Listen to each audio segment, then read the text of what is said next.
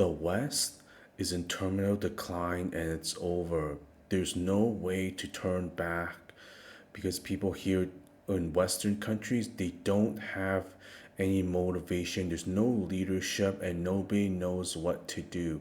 It's the complete opposite with China. In China, people don't view university level education, eating out at restaurants, or home ownership as luxuries. But in Western countries like Canada, especially Canada and also the USA, home ownership has become a luxury that no normal person can afford. The 99% of people cannot afford a home anymore.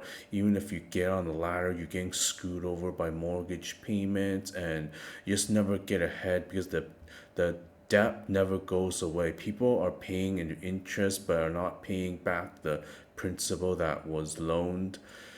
And university education in Canada, it's only $6,000 or $7,000 for tuition, but you have to pay extra for books, which are becoming not exactly a problem like when I was at university, because everything's digital now. You could just read stuff from your tablet or computer, protect the environment, stuff like that. But it's only 6 or 7 thousand Canadian dollars per year for university, and people already struggling.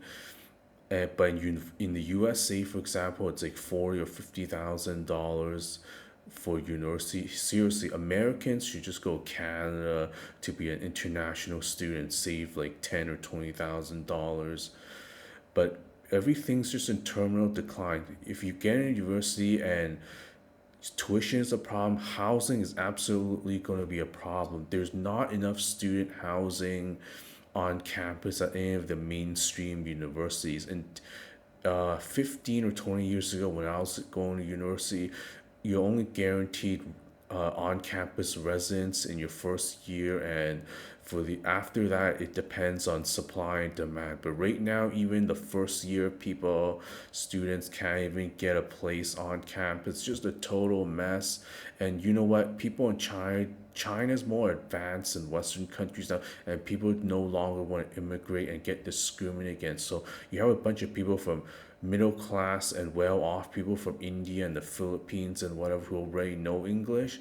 They they make an investment. They think that they're gonna go to Canada and make more money and have a better life than the good life that they already have. But things don't work out like that. After a year, everybody's just leaving. A large portion of the 1 million immigrants per year going to Canada, they're just leaving because can't get a job. People get discriminated, saying, "Oh, you don't have any Canadian experience," and whatever. So you're not suitable for the job. They want people to start from scratch, driving a taxi, sweeping the floor, but even that's competitive. There's just no hope in your typical Western countries.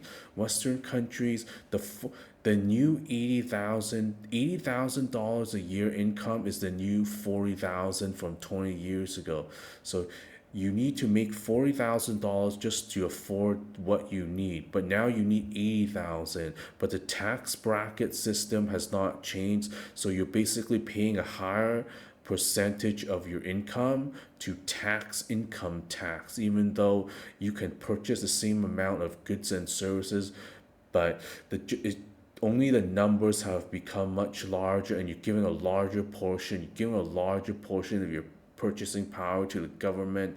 And the worst part is if you own a restaurant or a small business or whatever, the municipal government doesn't give a crap if you make a profit or not, or how business is or how the economy is going. They're gonna demand 10,000, 20,000, or $30,000 in property tax, which is just a nicer way of saying government rent. You owe rent to the government even if you own the property, you own the real estate.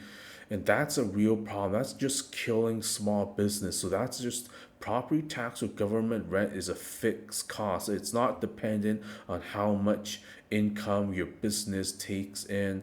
And so COVID screwed up a lot of small business on the street in downtown and other urban areas.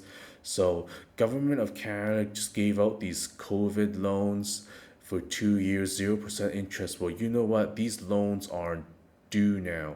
90% of small businesses borrowed money from the government, and only 10% of these small businesses who borrowed money from the government paid it back. So basically, 80% of small business, 80% of your typical restaurant, small shop on the street, they're going out of business. They can no longer stay in business, and this is bad for jobs, bad for small business owners, and where are people going to buy stuff? This is, and government's not going to get property tax income. Landowners, landlords are just going to default. The whole thing's a mess. The economy's a mess. People cannot pay back the bank anymore. The amortize the amortization period is just getting dragged on in 90 years if you refinance.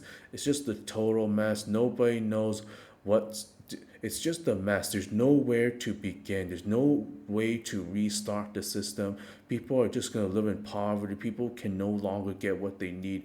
They cannot afford anything without debt. And what happens when they max out on their debt? China does not have this problem. People earn an income and they spend what they have and save most of their income. That's just how it goes here. There's no consumer debt.